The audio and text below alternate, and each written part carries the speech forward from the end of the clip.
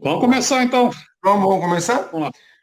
Bom, Vamos lá. primeiro quero agradecer aos dois participantes, dois amigos, o doutor Martim de Almeida Sampaio, advogado, mestre, doutor pela PUC, foi diretor da Comissão de Direitos Humanos de 2009 até 2018.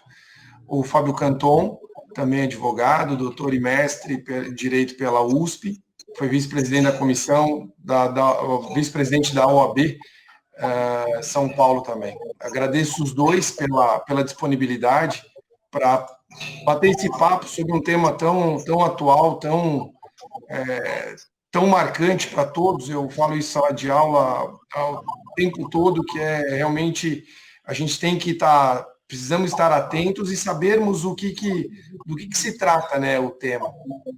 Agradeço os dois. Podemos começar? Podemos começar. Podemos sim, Lucas. Então vamos lá.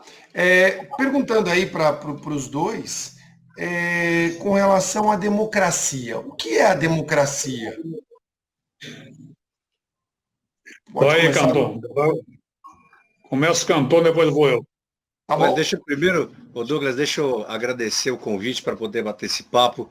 Quero dizer da minha alegria de estar aqui junto com o Martim, amigo histórico, e relembrando os tempos, Martim, que nós fazíamos lá sob a sua coordenação, o Direito e Globalização, apresentamos ao vivo, lá na TV aberta, antigo canal comunitário, e por muito tempo tive a alegria de aprender muito com o Martim, naquela experiência de entrevistas ao vivo, era muito bacana, acho que foi muito bom, não só para a gente, especialmente para o pessoal que assistia, pudemos colaborar com esse tema tão importante que é direito. E hoje o Douglas nos convida aqui para tratar sobre esse tema tão marcante nos dias de hoje, que é a democracia. Douglas, você sabe que acho que o principal ponto que a gente deve destacar sobre a democracia, nós temos todo um sistema de divisão de poderes, mas eu acho que o principal de tudo isso é a liberdade do indivíduo. O principal ponto que merece destaque dentro do sistema democrático é a liberdade do indivíduo. Nada deve superar isso. É evidente que nós temos as teorias clássicas, as teorias modernas, a divisão de poderes, a democracia com liberalismo, a democracia com socialismo. O principal de tudo isso é a liberdade do indivíduo. Nós temos hoje no nosso sistema constitucional, a partir da nossa Constituição, direitos e garantias fundamentais, direitos e garantias individuais, justamente dando relevo ao indivíduo, como participante da coletividade. Então, eu acho que o principal ponto que merece destaque nesse sistema democrático que a gente vive é a importância do indivíduo. Bom, agora vou pegar aqui o que o Canton falou. Primeiro, saudar também o Canton, que a gente dividiu a bancada para o Programa de Direito e Globalização, muito tempo, muito legal, e saudar o Douglas, que está tendo essa iniciativa, que é muito importante trazer esses temas da atualidade para discutir aqui, né? Eu acho que o Canton foi direto ao ponto, ele chegou ao ponto principal, né? O Carlos Nelson Coutinho escreve um texto na década de 70, dentro de uma discussão muito grande, muito profunda, afirmando que a liberdade é um valor fundamental do ser humano. Dentro de um contexto de Guerra Fria, esse texto passou a fazer um novo sentido. E hoje é perfeitamente compreensível isso. Naquele momento, existia o conflito da Guerra Fria, Estados Unidos versus a União Soviética, e aonde na União Soviética havia supressão da liberdade, que é um valor, e por falta dessa mesma liberdade, embora o país tivesse uma ampla gama de serviços sociais, de políticas sociais, educacionais, ela acabou caindo, porque isso é inerente ao ser humano, ser livre, né? A democracia, segundo pegando outro caminho sobre nos dizer de é o pior regime que existe, salvo todos os outros. Então, a democracia é um valor fundamental. Ela se baseia na liberdade, na igualdade, na possibilidade de atender todos os indivíduos de forma diferente, no princípio da alteridade, atendê-los diferentes de forma diferente.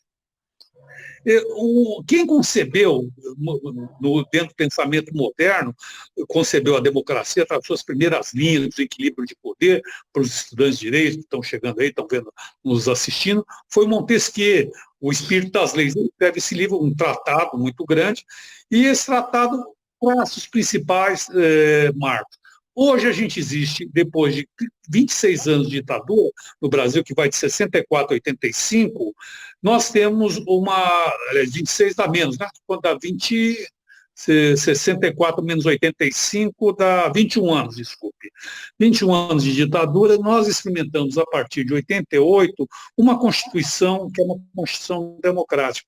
Essa Constituição, no artigo 5º, deveria, esse artigo 5º, como nos anos da ditadura a gente ficava reunido no pátio cantando o hino nacional antes de entrar nas aulas, hoje a gente deveria pegar as crianças, os jovens, e todo começo de aula, ler o que é o artigo 5º, discutir, porque ali está tudo. A democracia está ali. A liberdade, saúde, educação, enfim, todo esse conjunto. Então, a democracia é isso. É liberdade, saúde, educação, participação nas decisões. E hoje já está sobre risco. Vocês acham que o Estado Democrático de Direito está em risco agora? Como o doutor Martim terminou de falar, e em que sentido estaria em risco?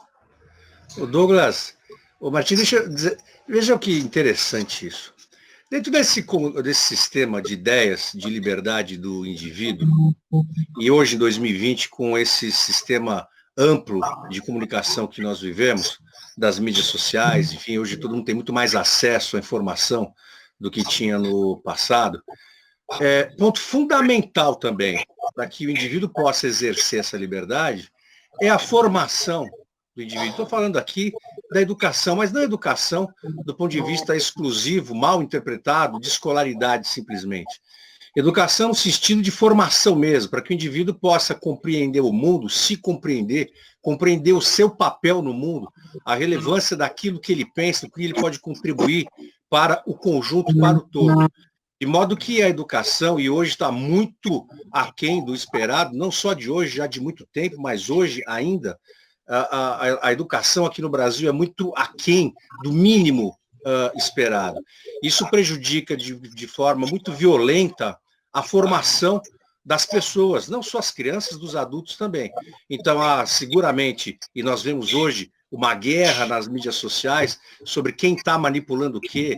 Então, se você é partidário de determinado segmento, você anuncia que o outro segmento está manipulando informações e vice-versa. Isso é muito ruim. As pessoas, já desde o início da sua formação, precisam ter este componente para poder discernir aquilo que ela entende como adequado, discernir o que é bom, o que é ruim, o que ela quer, o que ela não quer, poder fazer as suas escolhas como cidadão livre e consciente. Isso é importante. Quer dizer, a liberdade para ser exercida precisa ter consciência e discernimento. Não adianta você ter liberdade para agir sem saber o porquê da sua ação, os porquês das suas ações na vida cotidiana. É preciso ter isso em mente, que você deve ser um ser participativo, colaborativo do todo, para a sua vida e para os outros. Como que você pode ajudar na construção do mundo?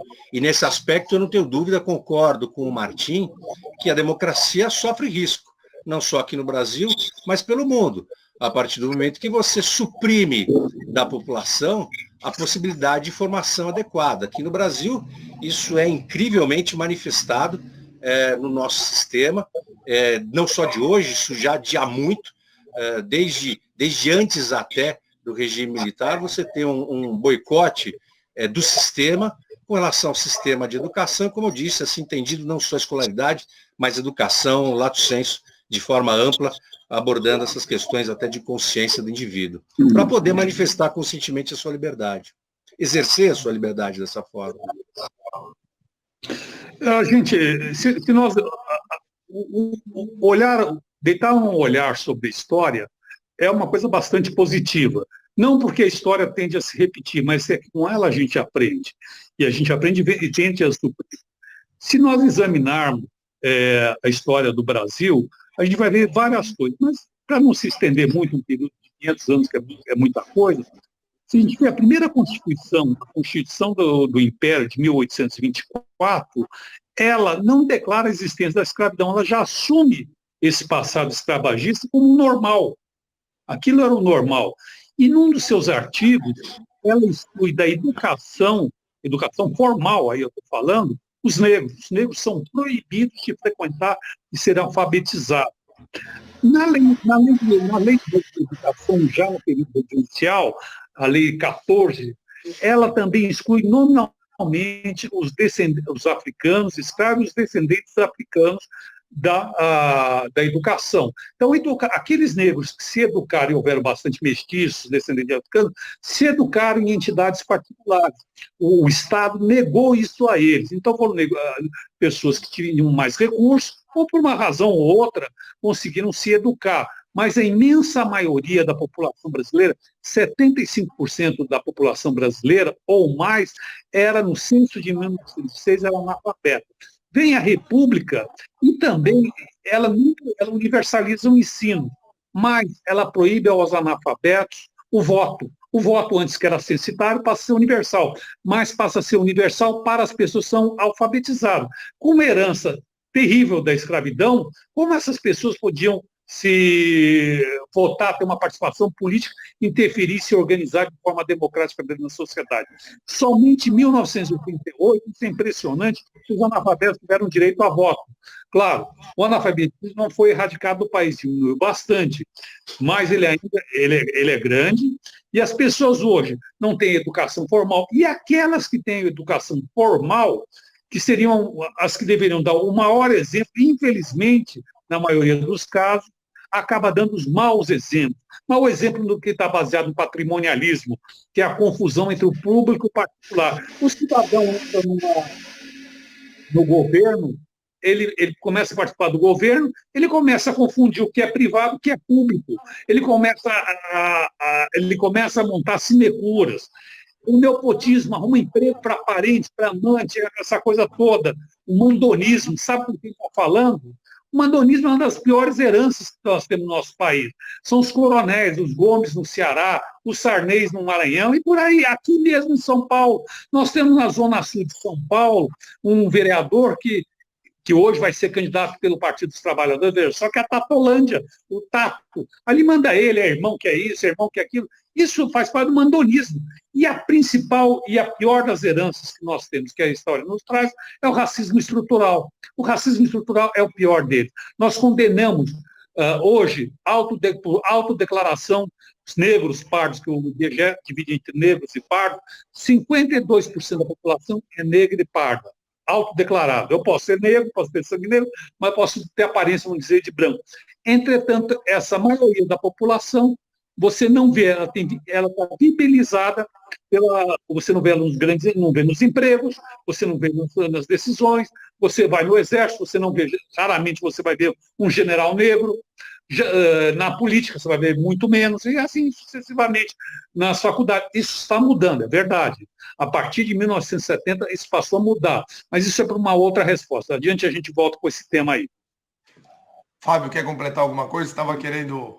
Não, o Martim falou muito bem, a gente sofre de vícios históricos. Eu estava lendo um livro do jornalista Eduardo Bueno sobre história, e ele estava falando justamente dessa mistura, o Martim dizendo dessa mistura do público-privado, toda vez que alguém atinge o poder, e num dos livros ele faz o relato da carta do Tomé de Souza, na expedição que ele veio para a primeira capital do país, Salvador, isso por volta de 1570, e a carta que ele manda ao rei, dizendo, já na carta, na missiva ao rei, que logo os comerciantes no Brasil se entenderam e nas licitações da coroa, eles já combinavam previamente os preços que iriam praticar. Quer dizer, se você trouxer isso para os dias de hoje, é exatamente o que acontece ainda nas concorrências públicas depois de 500 anos, é a herança desses vícios que o Brasil precisa romper com isso. Como o Martim citou, essa questão dos negros, a história dos negros, a negativa, o negacionismo. Aliás, o negacionismo, não só aqui no mundo, é uma coisa louca, quer dizer, negar coisas evidentes, como, por exemplo, a existência do racismo histórico, contundente no Brasil. E nós tivemos até recentemente, ou semi-recentemente, o reconhecimento com a atribuição de título de advogado do Luiz Gama. Para ter uma ideia, o Rui Barbosa e o Castro Alves aprenderam a advogar no escritório do Luiz Gama, que defendia escravos como Rábula, quer dizer, sem ter o título de advogado, e isso foi reconhecido, otorgado ele o título de advogado pelo Conselho Federal, mostrando a importância deste negro que teve autodidata, filho era livre, filho de negra, foi vendido pelo pai como escravo, conseguiu se alfabetizar já na idade adulta, enfim, mas isso é uma exceção dentro de uma conjuntura de um país, evidentemente, que nós vemos hoje ainda com um racismo muito, muito presente. Aproveitando o tema de racismo, vários alunos me questionaram a respeito das manifestações, se o fato das manifestações e a violência. E nós estamos acompanhando o movimento nos Estados Unidos, hoje está tendo o funeral do Floyd, e algumas manifestações mundo afora, né? Londres, Japão também, Inglaterra, Japão, e questionaram sobre a questão da democracia nas manifestações e quando esbarra nessa questão da violência. O movimento, isso perde o caráter democrático da manifestação? O fato da violência que ocorre nas manifestações? Olha, eu participo de manifestação desde 1976, 77. Eu tenho uma longa lista de passeatas, eu tenho quilômetros de passeatas, quilômetros, horas e horas e horas de manifestação, de todo quanto é jeito. Só não fiz greve de fome, porque também não me chamaram, senão teria feito na minha época de jovem. Hoje não, que eu estou meio preguiçoso, a idade chegou, não consigo fazer mais isso. Mas, sendo muito direto, é o seguinte: essa questão de manifestação, o direito à manifestação, ele deve ser absoluto. Claro, sempre limitado à incolumidade física, agressão a isso e tal. Mas, na maioria dos casos, veja bem, essa violência que tanto falam é uma violência provocada por agentes infiltrados pela polícia. Em 2013, houveram manifestações, era muito comum, quem foi às manifestações viu isso, mesmo na TV mostrava, pessoas saindo, pessoas geralmente fortes, homens fortes, cabelos cortados, que entravam, a hora que denunciavam aquele manifestante, ele, como um agressor, ele corria para dentro da polícia. Você já viu alguém que quebra vidraça, vai correr para dentro da polícia? Isso era gente infiltrado. Todo mundo sabe disso. Então, amanhã, por exemplo, em São Paulo, haverá uma manifestação. Está se planejando tudo mais e tal. Todo mundo está avisando de antemão, as pessoas estão avisando de antemão que haverá provocadores. Provocador que vem. Nos Estados Unidos isso aconteceu, acontece em todo o país do mundo. Infiltram-se como provocadores para você tirar o caráter democrático da manifestação. Na verdade, o correto seria, e a União Europeia fala sobre isso, a Corte Interamericana fala sobre isso, a polícia deveria estar presente para garantir a todos o direito de manifestação. O próprio ministro do Supremo Tribunal Federal, que em seu livro que ele fala exatamente isso. Não só é um direito de todo mundo se manifestar, mas como também a polícia e o Estado estão ali para garantir. Se houver excesso, prende a pessoa e ponto. Ponto final. Mas o que está em jogo é outra coisa. O governo Bolsonaro é um governo isolado politicamente, ele perde cada dia mais pessoas, ele não tem nenhuma resposta concreta a nenhum dos grandes problemas nacionais, nenhuma resposta. Já morreram oficialmente 35, 36 mil pessoas da gripezinha e ele não tem um projeto para a área de saúde, educação, qualquer que seja. É um governo, em 1 ano e poucos meses, completamente fracassado e busca a sua sobrevivência através de um golpe, através do endurecimento, através da supressão da democracia. Fábio? O Douglas, é evidente que você tem que separar. Ninguém pretende. Quando você fala em violência, se a violência atrapalha. Violência sempre é ruim. Qualquer que seja a sua manifestação, violência é sempre ruim. Seja a favor, seja contra, seja infiltrado ou não. Mas o Martim tem muita razão. Porque, normalmente, quem vai para a rua para manifestar uma ideia, vai com esse propósito. Se eu vou com um propósito de manifestar a minha ideia, de aderir a uma ideia já pré-manifestada de forma coletiva, evidentemente eu não tenho o menor interesse em exteriorizar a violência, nem que isso resulte em violência. Então, normalmente, independentemente aí de qual lado seja, a violência, como disse o Martim, normalmente é infiltrada, normalmente é fruto de provocação, seja pelo Estado, seja por grupos contrários. Então você está sujeito à implantação, de qualquer maneira, da violência de forma externa àquela manifestação que é legítima e deve ser garantida. Eu tenho que ter o direito de me manifestar, de exteriorizar a forma como eu vejo as coisas, como eu penso, independentemente da coloração político-partidária, social, enfim. Eu tenho direito de me manifestar. Toda vez que ocorre violência, seja qual for a origem da violência, é evidente que isso atrapalha o movimento. E claro que, do ponto de vista político, isso é aproveitado por grupos nos mais variados interesses, nas mais variadas matizes. Então, se eu sou contra o grupo que está se manifestando, eu vou utilizar aquela violência como sendo originária daquele grupo, para mascarar o caráter de democracia e imputar àquele grupo uma pecha de bandalheira, de criminalidade, de violência motivada. Veja, na última manifestação que nós tivemos em São Paulo e que teve esse caráter de manifestação, mas em que em determinado momento desagou para a violência, quer dizer, você teve manifestação dos dois lados imputando ao outro.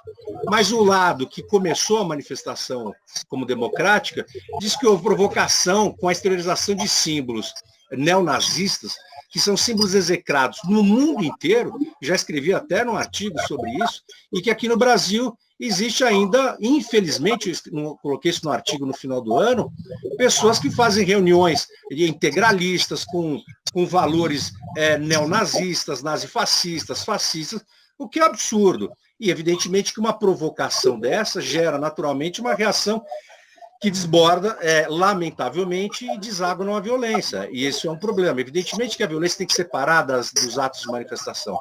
Mas é preciso entender, como o Martim muito bem salientou, é preciso entender a causa efetiva dessa violência.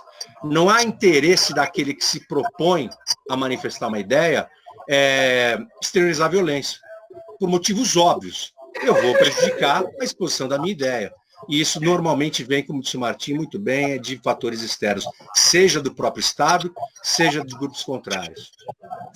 Bom, aproveitando esse tema ainda que foi mencionado, esses movimentos americanos e que nos Estados Unidos, principalmente, qual a relação entre o governo brasileiro e o governo americano? O Brasil se alinha às mesmas ideias e agora a última declaração do Trump se afastando do Bolsonaro com relação às políticas de saúde? Nós temos duas vertentes aí que a gente deve analisar. Uma vertente brasileira e outra vertente norte-americana. A diplomacia brasileira, a elite do pensamento público do Brasil está no Itamaraty, grandes cabeças. O Barão de Rio Branco fundou uma diplomacia respeitada mundialmente. Tanto isso é verdade que os grandes escritores brasileiros por lá passaram. Um poeta, Vinícius de Moraes, ele era embaixador do Brasil em Montevidéu, né, no Uruguai, e assim vai, João Cabral de Melo Neto, uma série deles. São cabeças coroadas. O Itamaraty desenvolveu, ao longo da história da República, final do Império Longo, uma política independente que atendia os interesses nacionais permanentes. Mesmo na ditadura, havia o pragmatismo responsável, que o Brasil não se alinhava automaticamente com nenhum país, mas se aliava aos seus interesses. Isso é, com a vinda do governo Bolsonaro, com concepções bastante estranhas do ministro das Relações Exteriores, terraplanismo e outros que tais, alinhou-se automaticamente o Brasil aos Estados Unidos.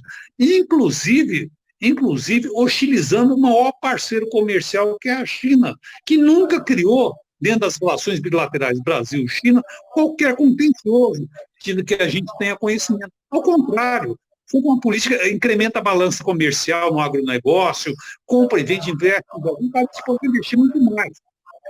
Os Estados Unidos, essa é outra vertente do assunto, o Trump, que foi eleito, dizendo o seguinte: American First, América primeiro.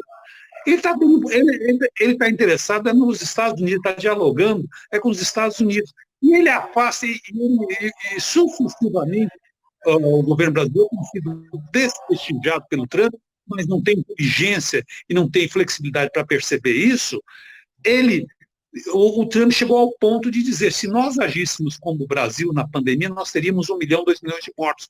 É isso. O Brasil, esse alinhamento automático do Brasil com os Estados Unidos, o Brasil não está ganhando nada, nem visto para o cidadão brasileiro entrar nos Estados Unidos, nem o direito de entrar, tem visto que não há contrapartidas. Tem sido extremamente prejudicial. É aquilo que eu disse algumas perguntas atrás. Não há nada no governo que possa ser apresentado como êxito político.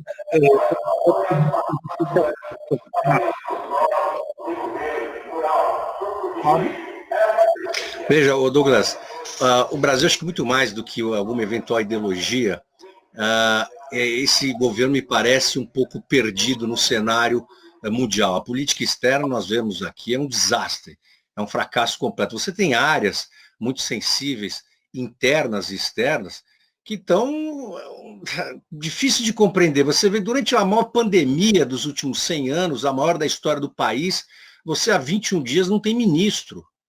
Não tem ministro, você coloca o general, e nada contra o general, mas ele não tem formação técnica da área, então patina gravemente nisso, e agora começa um movimento pueril, até infantil, de supressão de dados, de atraso de dados. É só para dar um exemplo. Você também vê uma política muito curiosa, para dizer o mínimo, na área do meio ambiente. O ministro da Educação, a área da educação está completamente largada. E você falar da educação hoje, depois de 1 ano e meio de governo, ainda dizer, não, mas ela já vinha ruim em outros governos. Eu disse aqui, a educação vem mal, não é de hoje, a educação formal não é de hoje. Mas o que se faz? Qual é o programa? Qual é o projeto? Não há. A área de direitos humanos, então você tem áreas muito sensíveis, e as relações exteriores é uma outra área dessa em que você não respeita a meritocracia, não respeita a técnica, não respeita a ciência, em nenhum desses casos.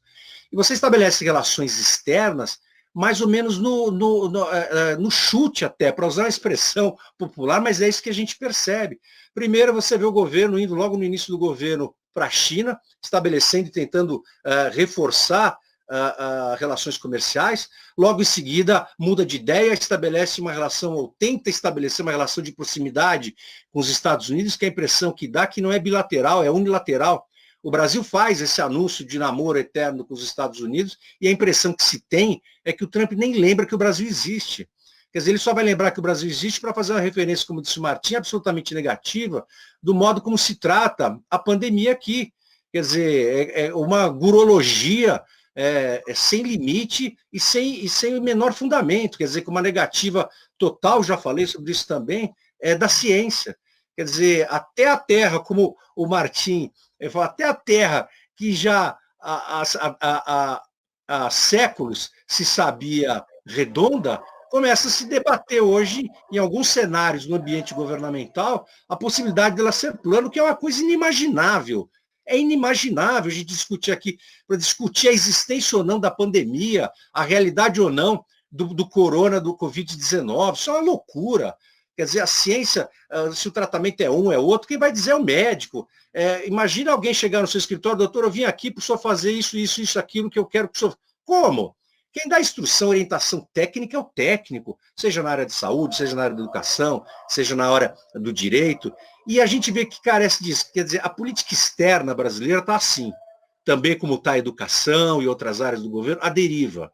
Quer dizer, fazendo, inclusive, de baixíssimo nível, como disse o Martim,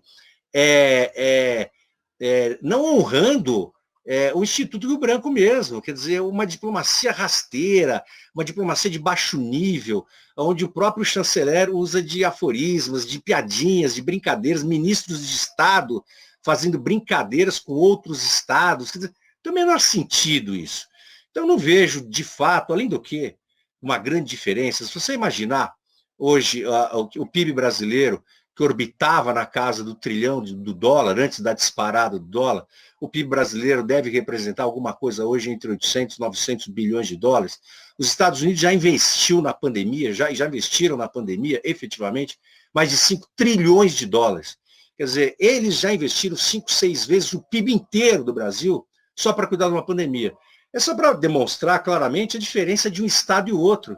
Quer dizer, o Brasil seguir política americana cegamente, ou dizer que segue, é um cenário completamente distinto, tanto do Brasil com relação aos Estados Unidos, quanto do Brasil com relação à China. O Brasil devia ter uma equidistância entre essa disputa comercial extrema entre Estados Unidos e China e cuidar dos interesses do Brasil, porque eu não tenho a dúvida, o Trump está cuidando dos interesses americanos, assim como a China está cuidando dos interesses chineses.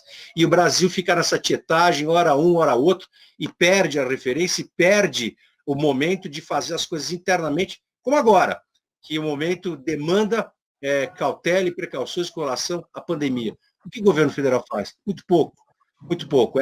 Esse negacionismo inicial é muito prejudicial, porque agora começa o retorno e uma hora vai ter que retornar mesmo as pessoas às suas atividades, e seria importante que houvesse um discurso uno, especialmente com o exemplo da presidência da República, no sentido das cautelas, da não aglomeração, da utilização de máscara, da utilização de álcool gel e outras precauções recomendadas pela ciência e não pelo achismo político. É triste, né? Porque você olha o presidente, você imagina um chefe, um líder de Estado, correndo os hospitais, correndo os estados, fazendo visita. A única coisa que faz é visitar quartel e inaugurou um hospital agora, né? Então, quer dizer, sem falar, viu, Douglas, da falta, desculpa, Martim, sem falar a falta de empatia, a falta de sensibilidade, a falta de amor ao próximo mesmo. O drama de famílias, hoje todos nós conhecemos pessoas próximas e não tão próximas acometidas por essa pandemia. E não é possível uma falta de sensibilidade desse tamanho, que tem pessoas sofrendo com isso. Pessoas que, inclusive, não têm condições, na maioria das vezes, de acesso à medicina de primeiro mundo, enfim, tem dificuldades até de subsistência e sofre. O sofrimento ele é universal. O sofrimento não tem barreiras sociais, o sofrimento atinge todo mundo, de modo que o presidente deveria ter um mínimo mais de empatia e de simpatia com as pessoas que estão sofrendo, com familiares acometidos pela doença, que é gravíssima, o resto é bobagem, a doença é gravíssima, ela gera sequelas permanentes, não só durante a doença, o estágio do vírus em si, mas gera sequelas, inclusive, permanentes, e o mundo está tentando lidar com isso. Então, o mínimo que se esperar, veja que o Trump, até você falou dessa proximidade, o Trump logo percebeu o equívoco do seu discurso, e lá como as instituições são muito mais fortes, estabelecidas que aqui, ele sabe que lá não tem muito espaço para fazer as loucuras dele. Então é meia página só de loucura. Ele já voltou atrás, recuou, já criticou a Suécia, criticou o Brasil, porque ele sabe que o público interno lá não dá espaço para grandes voos dessas loucuras aí que eventualmente ele exterioriza. Se nós... Por favor, pode falar. Não, pode. Não. Fala depois eu falo. Teve agora uma recente que ele queria convocar o Trump aí fazendo a comparação com o Brasil. O Trump ele quis acionar o exército para reprimir as manifestações, né? E aí alguns generais, alguns da ativa, da reserva, né, que foi o ministro de Estado dele, e agora um general falando que o exército não estava lá para atuar contra o povo americano. E aqui nós temos um discurso que está ali no meio termo ainda sobre a utilização das forças para reprimir. O que vocês acham sobre essa... Eu acho o seguinte... tá bom, vou falar, desculpa, agora vou eu. O que eu acho é o seguinte, o exército, antigamente, era um meio das famílias pobres que mandavam seus filhos para... A pessoa, um virava soldado, outro ia para o quartel, um ia para o quartel, outro ia para a igreja, enfim. Era um outro momento que o exército brasileiro tinha. O exército brasileiro hoje, ou como qualquer exército moderno, é altamente profissionalizado. Você ingressar na Agulhas Negras é um concurso de vestibular muito difícil. Mesmo a Polícia Militar é um concurso muito difícil você entrar nisso. Por quê? Porque você começa a lidar com uma carreira mais profissional do que era antes. Então, dentro das tradições, o que me custa entrar na minha cabeça, que eu não consigo entender, eu tenho uma certa dificuldade realmente, é que o Exército de Caxias, O Exército tem muita glória, tem muito erro. Não quero entrar aqui, não quero fazer crítica ao Exército, não, mas eu quero ressaltar os aspectos positivos como uma instituição séria. Quando for o momento de fazer crítica ao Exército, a gente faz, não tem problema nenhum. Mas eu não consigo entender, sinceramente, como um Exército pode se dispor a estar ao lado de uma pessoa como ele, Bolsonaro, um irresponsável que está destruindo o país, que estão morrendo milhares de pessoas, para defender um governo que está única e exclusivamente preocupado com o ganha-pão de sua família, a ponto de querer botar um analfabeto completo como embaixador brasileiro nos Estados Unidos, o posto mais alto da diplomacia brasileira, sobre a argumentação que filé mignon a gente guarda para o filho da gente. Esse é o presidente que a gente tem. Infelizmente, esse é o presidente que a gente tem. Agora, como um exército que é altamente profissional, que guarda em si as maiores tradições de uma instituição permanente no país, pode reprimir o povo, pode assassinar o povo, montar um governo que tem conexões. A família Bolsonaro, o clã Bolsonaro, tem conexões até de vizinhança com o chefe das milícias do Rio de Janeiro. É isso que eu não consigo entender. Realmente não consigo entender. O golpe de 64, por mais abominável que tenha sido, havia ao menos havia uma desculpa, que estávamos na Guerra Fria, que havia necessidade de implantar um projeto nacional de desenvolvimento e uma série de outras coisas. Não estou defendendo ditadura, longe disso. Só estou dizendo que existia pelo menos um propósito. O propósito do governo Bolsonaro, pelaquela reunião do dia 22 de abril, aquela reunião de cafajeste, que a gente só pode chamar a uma reunião onde o ministro fala palavrão, onde o outro responde, fala que vai prender o Supremo Tribunal Federal. Onde já se viu um negócio desse? Onde já se viu aquelas criaturas falando aquilo? É um escândalo. Aquilo é um escândalo. Ficou todo mundo de boca aberta. A classe média ficou de boca aberta, as famílias ficaram de boca aberta. Aquilo serviu para ele, falando palavrão o tempo todo. Como é que uma instituição séria do corte político do Exército Brasileiro, que também fez autocrítica da maneira dele, do tempo da ditadura, da intervenção militar, pode apoiar e entrar numa aventura dessa?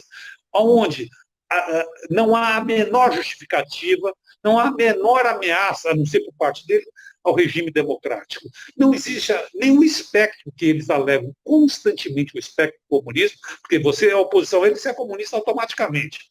Mas nem isso sequer existe. Então, eu não consigo realmente entender. O governo americano, o exército americano, para finalizar essa breve introdução aqui, o exército americano é um exército altamente profissional, ele não tem por missão, princípio, reprimir o povo. É isso. Eles compreendem que o povo americano tem a liberdade de estar arragado e se defender. Por maiores que sejam os erros do exército, eles compreendem minimamente esse princípio que o exército não tem que se interferir em questões internas nacionais.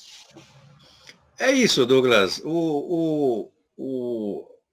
A ação do exército no regime democrático não tem espaço na repressão ao povo. Quer dizer, o exército é utilizado para reprimir o povo em regimes de exceção. Tem o menor sentido isso. O Martim abordou exatamente isso, do Exército não submeter a esse tipo de comando, que é um comando, evidentemente, absolutamente claudicante, para dizer o mínimo. Mas eu queria abordar um outro lado também. Não há o fantasma do comunismo, a invasão chinesa, isso é uma loucura.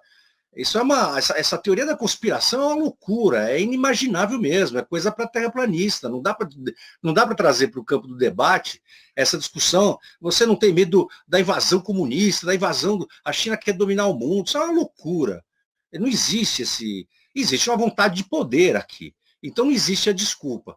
Mas eu queria abordar um outro viés desse mesmo tema, que é a possibilidade ou não da participação do Exército como poder moderador, que também é outra loucura. Quer dizer, se você lê o artigo 142 da Constituição Federal, em hipótese nenhuma há permissão do Exército fazer essa regulação, mediação entre os poderes. Os poderes, eles coexistem, fazem entre eles a moderação daquele sistema já muito conhecido de freios e contrapesos, e no final das contas, é ao Poder Judiciário que cabe dizer o que é correto ou não.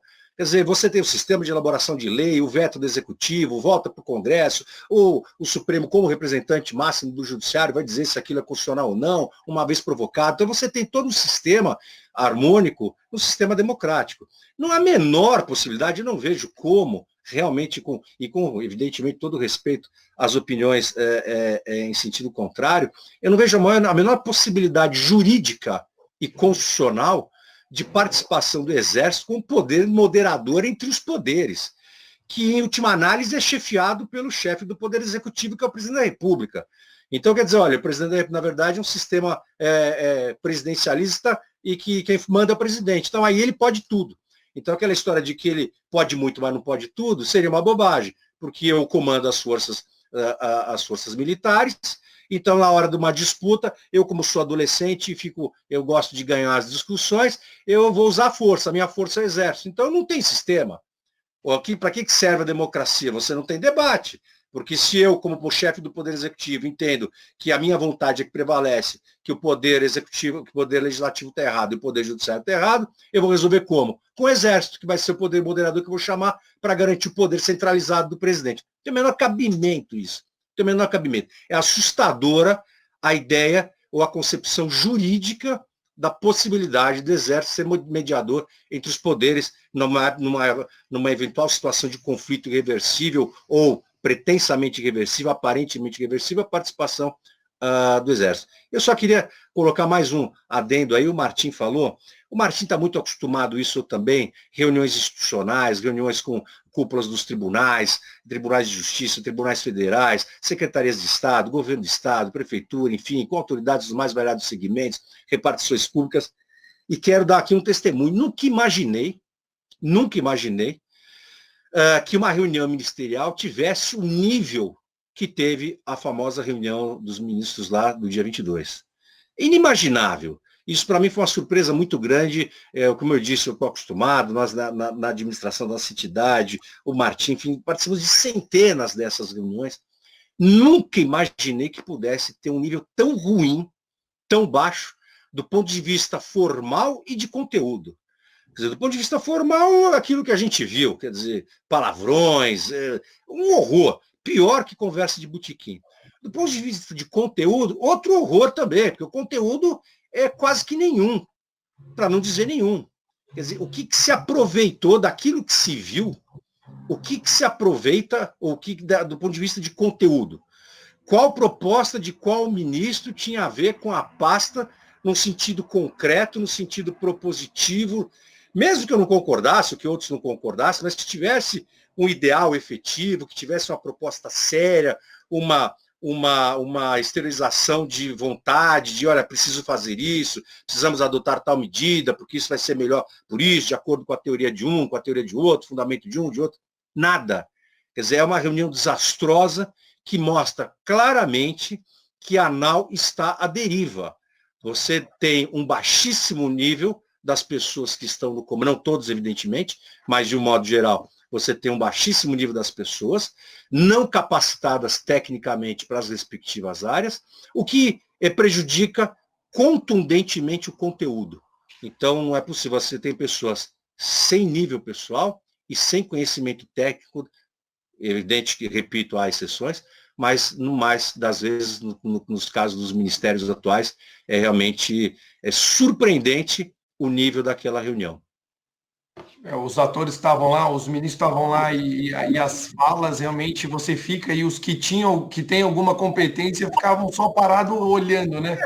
É uma expressão, Douglas, é uma expressão comum que acho que cabe bem aqui, é vergonha alheia.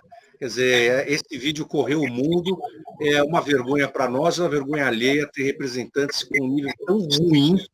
E aí, justificativo, não, porque a pessoa simples, porque isso é uma bobagem. Nada justifica esse nível. Isso quer dizer, então, que as pessoas simples não sabem se comportar, não tem nenhum sentido de adequação. Quer dizer, a impressão que passa é que ninguém lá tem a menor ideia do que está fazendo e da importância e relevância do cargo na condução dos destinos de uma nação.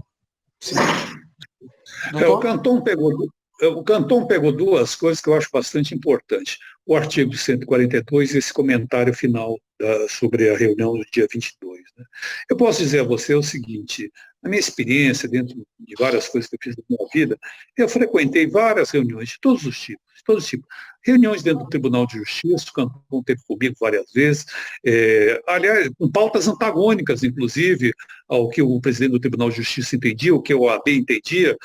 E nunca houve, por parte deles ou por parte de qualquer uma de nossas pessoas, qualquer atrito ou qualquer palavra mais dura, nós simplesmente se discutia assuntos e acabou. Ponto final. E não se levava dali nada a não ser o conteúdo da própria reunião. Aqui foi um clube de cafajeste. Eu já fui em reunião, você me acompanhou, Douglas, eu falo com você, nós fomos em várias reuniões, em vários bairros simples, percorremos a periferia de São Paulo durante 9 anos juntos, quando nós estávamos lá na Comissão de Direitos Humanos. Entramos em casas de pessoas simples.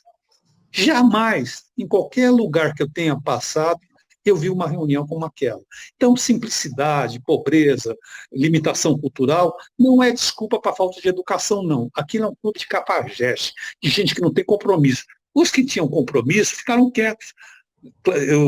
Os que tinham um pouco de educação ficaram constrangidos, como nós ficamos constrangidos ao ver isso. Então, eu queria fazer esse registro, que aquela reunião foi um desprestígio ao povo brasileiro. Nós somos pessoas educadas, não somos aquilo. Segunda questão diz respeito ao famoso parecer ao artigo 142.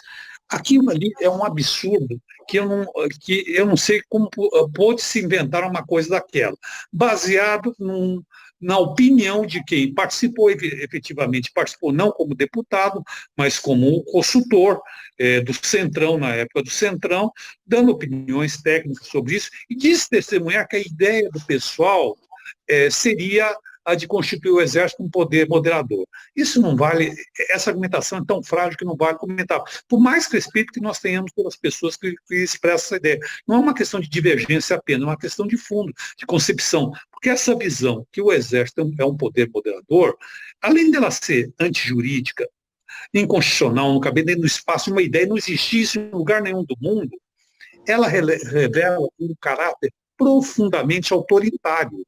Profundamente, nós dependemos da decisão do Exército, uma força externa, para decidir nossos problemas. Infelizmente, nós temos a comprovação que o fato de você ser um bom militar, resolver, não significa que você vai ter sucesso em outras carreiras. A mesma coisa vale para nós, advogados. O fato de você ser um bom advogado, você não vai ser um bom político, você não vai ser um bom médico, pode ser até que você venha a ser, mas não necessariamente. Vai ser mais um mérito pessoal do que a especialização. Tanto é verdade que há 22 dias a gente tem um ministro da Saúde que não deu na menor satisfação para quem quer que seja, da maior pandemia mundial desse século aí, maior que a gripe espanhola. Então, o que a gente vê é isso. O artigo 142 da Constituição tem outro significado, um significado completamente diverso. Isso é a trama autoritária de quem quer ditar como as pessoas se comportam, qual religião devem seguir, que são contra o aborto, que são contra essas pessoas, têm todo um cabedal de ideias preconcebidas que os outros devem obedecer. É só isso. Fora disso, você não encontra nenhuma motivação de natureza científica ou jurídica, sequer numa linha feita desse ou daquele parecer, defendendo essa ideia que a gente só pode chamar de bruxo. Só isso. Tem duas perguntas aqui para a gente já caminhar, para a gente encerrar, da Luana, uma amiga que está em Maceió. Ela fala, o governo Bolsonaro é uma ameaça à democracia? Ele tem, Douglas, ele tem ações, evidentemente, antidemocráticas, notoriamente antidemocráticas. Ele tem uma vontade antidemocrática. Ele tem uma vontade de fazer o que ele bem entende, do jeito que ele bem entende. Quero acreditar que ele não vai ter força política para isso, mas ele tem essa ideia. Não é de graça que ele cita frase do Mussolini. Ele não tirou aquilo da cabeça dele do nada. Isso tudo é organizado, isso tudo é proposital, isso tudo é pensado. Mas eu quero acreditar que o Estado brasileiro, a democracia brasileira, resista a isso. Então ele tem essas ideias, esse apelo que ele faz às religiões, numa mistura de Estado e religião, muito de cunho medieval. Isso é uma loucura. Quer dizer, há uma tentativa de romper mesmo, no sentido de fazer o que ele bem entende. O pior não é isso. Ou não seria nem isso, que também é desastroso, mas o pior é imaginar para que ele quer isso. Porque ele tem um grande projeto de país. Não, nós falamos agora mesmo, veja a qualidade de alguns ministros nas áreas respectivas. Você pega a área da educação, talvez seja o grande exemplo, que é uma área que está absolutamente à deriva. Então, claro que ele tem ações antidemocráticas, ele reprime a imprensa, ele não dialoga com a imprensa, ele tem muita dificuldade de se conter, até numa demonstração de autocontrole muito ruim, precária para quem exerce o cargo máximo do país, não dialoga com a imprensa, enfim, tudo isso conspira contra a democracia, mas quero acreditar que os fundamentos da nossa democracia sejam fortes o suficientes para resistir a essa tentativa. Eu vou na linha do Canton e confirmo também essas impressões. Eu acho que o presidente e o seu entorno, ele é motivado por ideias e concepções profundamente antidemocráticas, profundamente contrárias à ideia de cidadania, liberdade, antirrepublicanas, e eles almejam o poder não para transformar, eles não fazem da política uma arte para transformar o mundo e melhorar o mundo, mesmo na visão deles. Porque o passado, as indicações que nós temos, eles fazem, me parece, pelo episódio mal esclarecido do Queiroz e outros tantos episódios, posso estar até enganado, quero até estar enganado, mas não creio que esteja muito, sugere que eles querem fazer o poder para se manter nele. É uma ação entre amigos, garantir o filé mignon, como ele disse aos filhos dele. Não me parece que é muito mais do que isso, não. Mas, por outro lado, se é isso, por outro lado, nós temos instituições bastante sólidas, que é o Supremo Tribunal Federal, que tem tido um papel muito forte, a Câmara dos Deputados, ainda com todos os defeitos, a qualidade de alguns políticos, ou de uma expressiva parcela deles, que não é muito boa, tem buscado garantir a democracia. Mesmo a burocracia estatal, ela tem reagido contra isso. Os 70%, há uma pesquisa da Folha de São Paulo que registrou 70% de pessoas que apoiam o Bolsonaro, um país, que são contra o Bolsonaro, e 30% são favoráveis. Mas vamos analisar os outros 30%, que os 70% a gente já sabe. Esses 30% têm uma margem aqui de 10%. Por quê? Quando sai o Moro do governo, ele leva consigo 10% desse prestígio e transfere. Esses 10 que entram é aquele pessoal que está transitando na miséria, que recebeu o auxílio de R$600. Você pode ver, é só analisar o perfil socioeconômico que você verifica isso nas pesquisas. Então, o Bolsonaro, que é bem assessorado, ele sabe muito bem que o prestígio dele está caindo, ele está indo para a lona, e toda pessoa que está em desespero, e ele é um lutador desesperado, porque está encurralado, a única coisa que ele faz, a única forma como ele reage é essa. Então, o projeto dele é um projeto de natureza extremamente pessoal, que visa acabar com todas as instituições do país, a democracia, para privilegiar a si e o seu entorno. É assim que eu enxergo a situação atual. Há uma ameaça grave, as pessoas devem tomar cuidado, as pessoas devem não embarcar em provocação, devem ser serenas, devem fortalecer as instituições e eu vou fazer até uma crítica que eu acho que deve ser feita, está se construindo no país agora, nesse momento, o chamado centro democrático. E várias pessoas têm aderido, outras não, no setor, principalmente a esquerda, com alguns ressentimentos, não tem aderido a isso. Isso é um profundo equívoco. A gente tem que deixar de lado isso. A história nos ensinou. Em 1930, na Alemanha, a social-democracia alemã centro-esquerda era chamada pelos comunistas da social traição. E essa social-democracia também hostilizava os comunistas. Ficaram brigaram tanto entre si que os nazistas, a divergência deles era muito pouca, entre eles era vão matar 10 ou vão matar 100, eles acabaram assumindo o poder.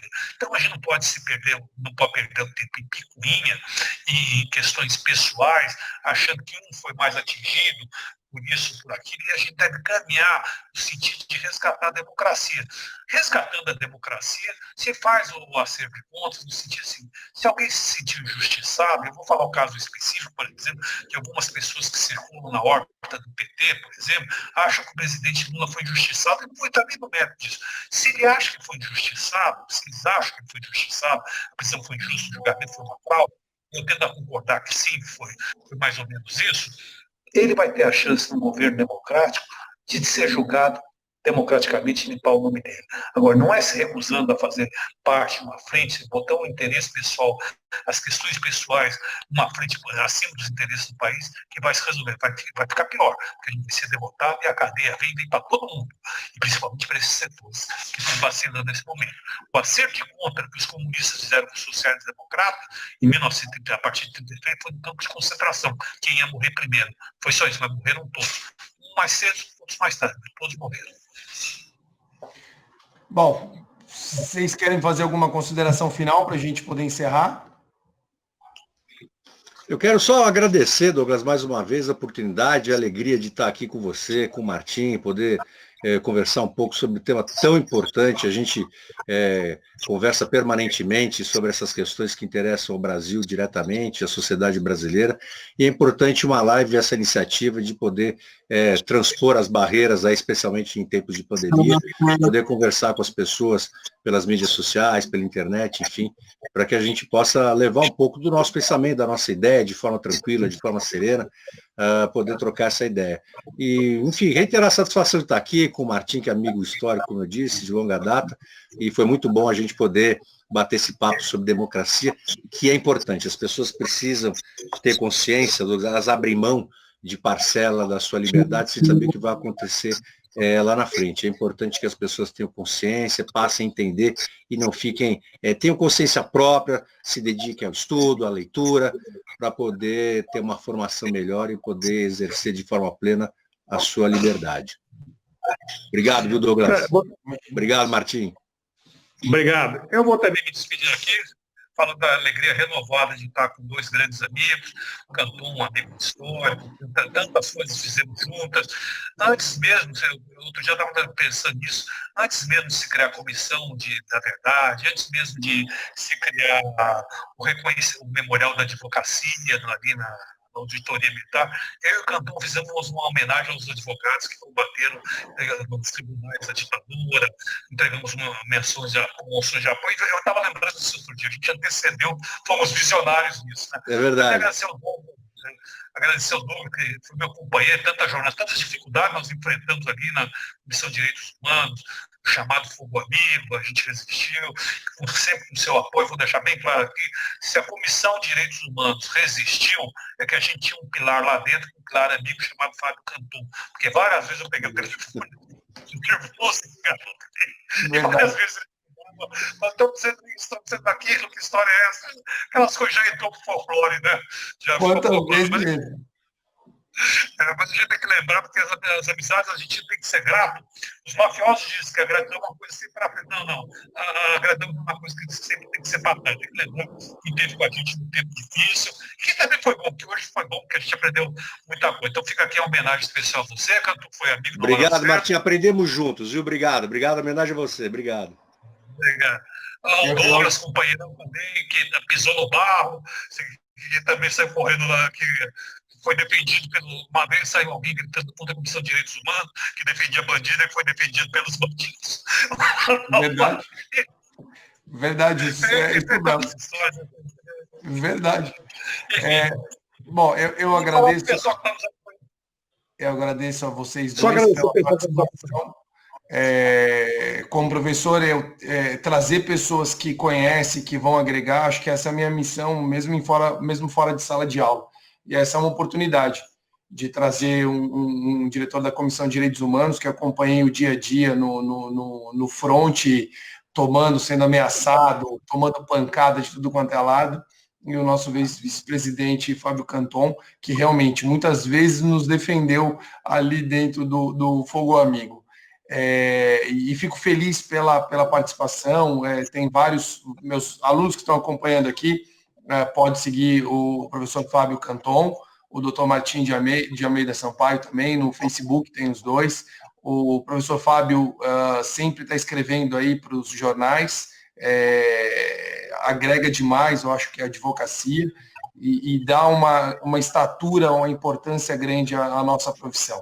E só fazer uma observação, a sua parte de fundo ali, a sua estante está perfeita, ainda tem um símbolo ainda do único tricampeão mundial aí. É verdade. foi proposital, eu já tinha alertado o Martim que isso ia ocorrer. Eu tenho dado aulas online, enfim, como todo mundo que dá aula, tenho dado aulas online, e essa faixa está aqui, eu já tinha alertado o Martim, ele deve ter achado que era brincadeira. Eu falei para ele, vou estar com a bandeira de São Paulo aqui no fundo. Ele disse que a pôr do Galo Mineiro não pôs, mas a de São Paulo está aqui. Eu vou pegar a próxima eu trago, viu? Ele tem um galo. Só isso, eu estava quieto, olhando, ficava olhando. Não estava aparecendo, até um determinado momento não estava aparecendo. Depois mudou o enquadramento, apareceu, ampliou um pouco e apareceu.